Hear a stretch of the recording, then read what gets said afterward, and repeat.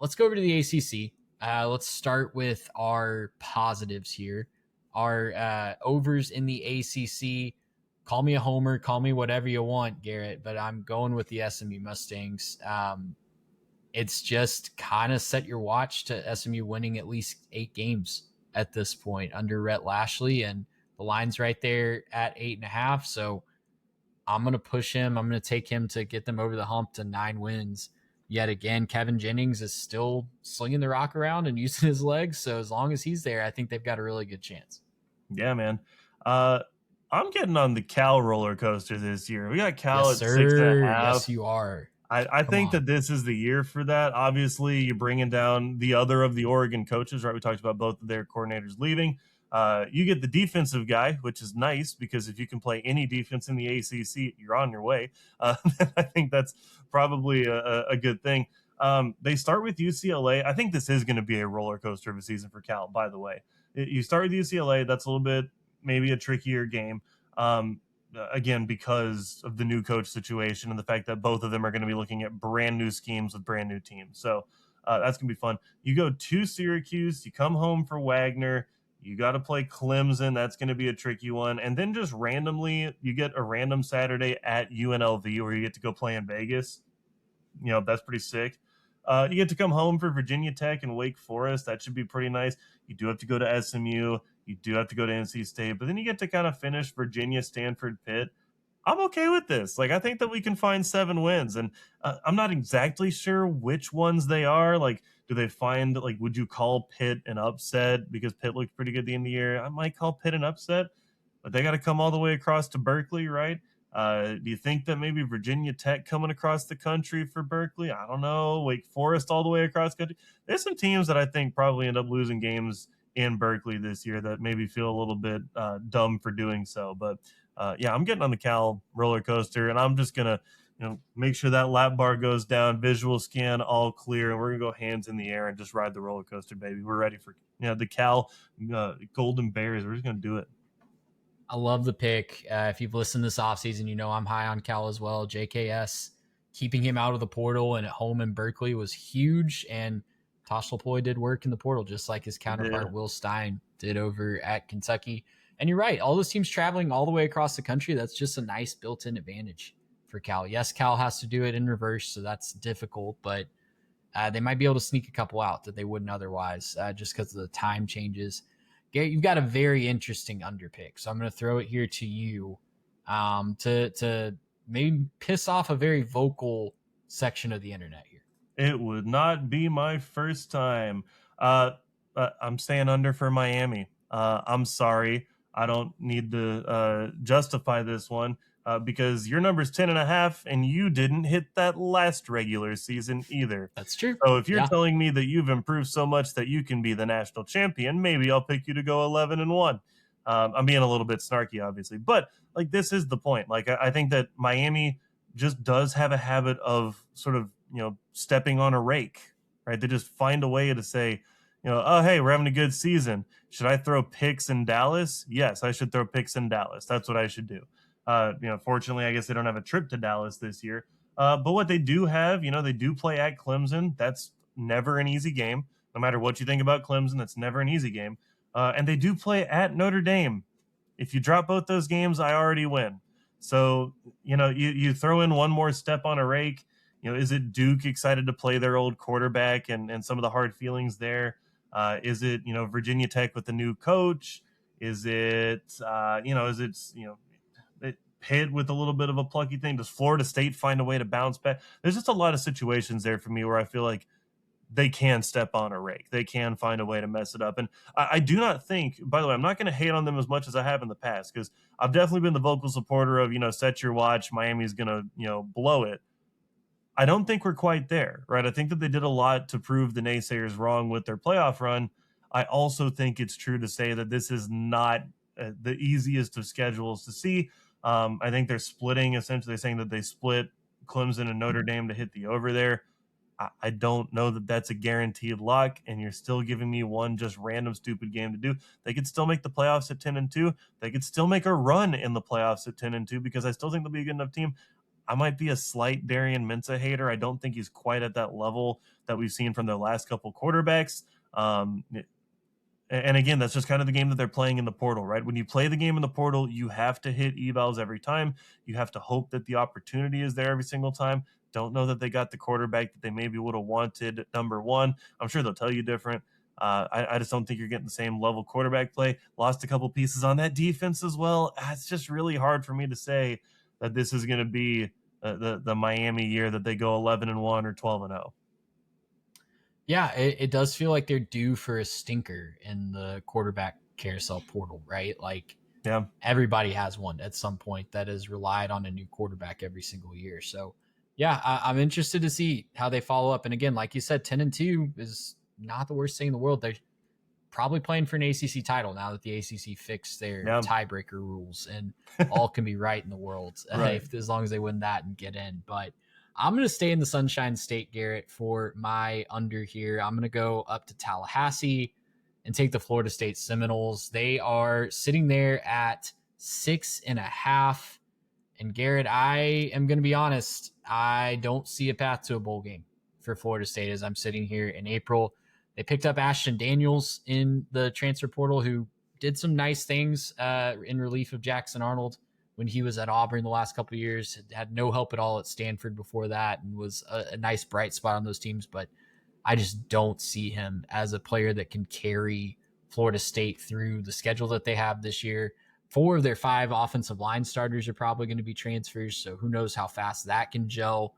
And it's just a program that I don't trust, plain and simple. If they lose one game, I'm going to pick them to lose the next 2 because that always seems to happen. They're just such a streaky team.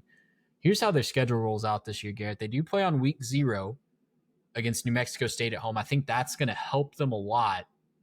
But then they host SMU on Labor Day night. And then they go to a pissed off Alabama team that they beat last year. And I know Alabama is going to have a lot of stuff to figure out. I know they have their own warts, and shine has worn off that program, absolutely. But I still think they're probably going to be circling that one. Yeah, they're going to be up to get for some that revenge one from last year. Here's who they draw in the ACC, though. Host Virginia, who beat them last year. Go to Louisville, who's probably going to be the second or third best team in this conference. They go to Miami. They host Clemson. They go to Pitt, and they host NC State. That is about as tough of an ACC conference schedule. They can beat Pitt, maybe.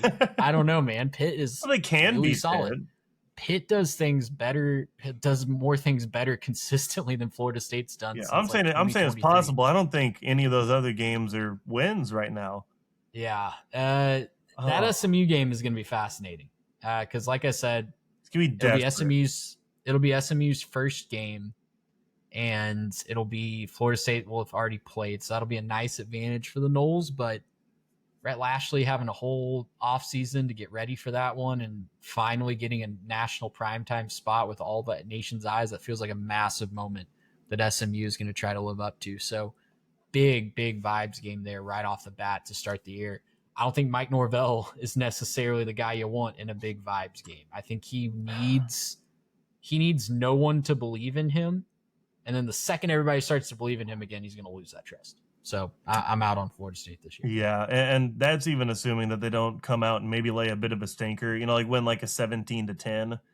Like if they do that in the opener, it's going to get real nervous and it's going to be real pucker time in that locker room going into the SMU game. That's going to be dangerous. I don't think that happens, by the way. I'm just saying, like, if they don't come out sharp, ready to go, firing on all cylinders, they throw like a pick in the first quarter or something like that, just kind of mess with their food. Whew, it's not going to be good. Lots of groans, maybe a few boo birds in the Doak if that was to happen. Garrett, I'm going to bring us home here and start our last little section here, I should say, with my last to the moon pick. I'm going to go with the NC State Wolfpack here. You can get them at plus 3,000. I guess I like that number. I think that's like my second or third one to be plus 3,000. Yeah. But you can get them at plus 3,000 to win the ACC. And I really like that you're sensing a theme here. It's okay. CJ Bailey's back as a junior. This is now his second full year. This will be his second full year as the full-time starter. Yes, they lost some really awesome pieces. Hollywood Smothers amazing running back that they lost to Texas in the portal. But NC State, I feel like, is due for a nice bounce back year. And I know every time that we try to believe in the Wolfpack in the past, they've kind of let us down a little bit. It's been a minute since Dave Doran has broken through and had a big season. But if he's ever going to do it, his junior quarterback, who might be one of the best in the conference, in a schedule that looks like this, Garrett, his ACC games, they're playing Virginia. I think that game's in Brazil because we're doing that now. Yeah, that's in Rio de Janeiro on week 0, which, okay, if we're going to play international games, I would rather it be in a similar time zone. So we've got that going for at least us, which is nice. The same hemisphere. The same hemisphere. We're not trying to cross the international date line or something like that, or prime meridian or something. But NC State and Virginia and Brazil, okay, that very interesting to export college football down to South America. They've got a very interesting trip to Vanderbilt in the non-conference, a Vandy team that's obviously going to be replacing a lot. That can be a good opportunity, but their ACC schedule is manageable, man. It's Louisville at home, Wake Forest at home, at Stanford, Cal at home, Duke at home, Syracuse at home, at Florida State, and at North Carolina. So they miss Clemson, they miss Miami, they miss SMU. Can't really set up much better from a returning production and easy schedule standpoint. Yeah, I think you're right. I mean, this should be a good year for him. I mean, I feel like we say that every year, but it maybe this year. Who knows? Maybe this is one of your I was just a year early on him teams. Who knows? Maybe you're just 5 years early on him. Who knows? I don't know. I do like the pick for what it's worth. I like mine a little bit better on this one. I'm taking Virginia Tech, man. Send me to Blacksburg. I love that pick. I'm possibly doing this mostly to represent Mitch right now because I know that this would be the one that Mitch is taking for everything. He's already shouting some James Franklin, man. He loves James Franklin. He loves Virginia Tech too. It's fun. Here's the complaint about James Franklin though: is he couldn't win the big game. Well, I've got some great news. Ohio State, Oregon, Michigan, not on the schedule, buddy. You're gonna be all right. It's gonna be okay. You can't possibly finish 3rd or 4th to those guys anymore. If you're looking for big games, stop me when you hear one. VMI, Old Dominion, at Maryland, at Boston College, Pitt, at Cal, Georgia Tech. Anything interesting yet? I don't think so. Do they start 7-0? Are we talking about a 7-0 Virginia Tech team storming into Death Valley to go play Clemson at the end of October? Please. Gosh, I hope so. That'd be so much fun. As long as he doesn't like fall down or something like that, we're going to be all right. You do have at Clemson. You do have at SMU. You do have at Miami. That's tough. Okay, we're not going to pretend like it's not. Other than that, Stanford, end of the year against Virginia. I think this is doable. Both those games at home, by the way. So, you got 3 tough road games. I get it. He's going to have a little bit of a chance to get a monkey off of his back, but are we talking about 9-3, 10-2 at Virginia Tech this year? I think it's possible. Man, I hope so. Lane Stadium, the fans there just deserve so much better than what they've gotten over the past decade or so. I remember turning on a game last fall when they had already fired their coach, and there's no reason for the stadium to be packed, but all the fans were still there and willing their team to a victory. But how cool could it be? I want that so bad for them. How cool could it be if on that last Saturday of the year, Virginia Tech means something, right? What if it meant something? What if it meant a berth in the ACC championship game somehow? Yeah, not both teams playing for bowl eligibility. Right. What if it meant that? Actually, and they put that game at night. Right, it's a night game. Last Saturday of the year, you get to go and you watch, the game in the morning slate. You get to watch you get the Iron Bowl, and then you get to go sit there at the end of the day, turn on ABC, Enter Sandman plays. That'd just be a lot of fun. I want it. Chills. I selfishly want it as a college football fan. I want them to, find a way to knock off, Clemson or Miami, find their way up to 10-2 ish. Come on, do it for me. Do it for college football, Virginia Tech. We believe in you.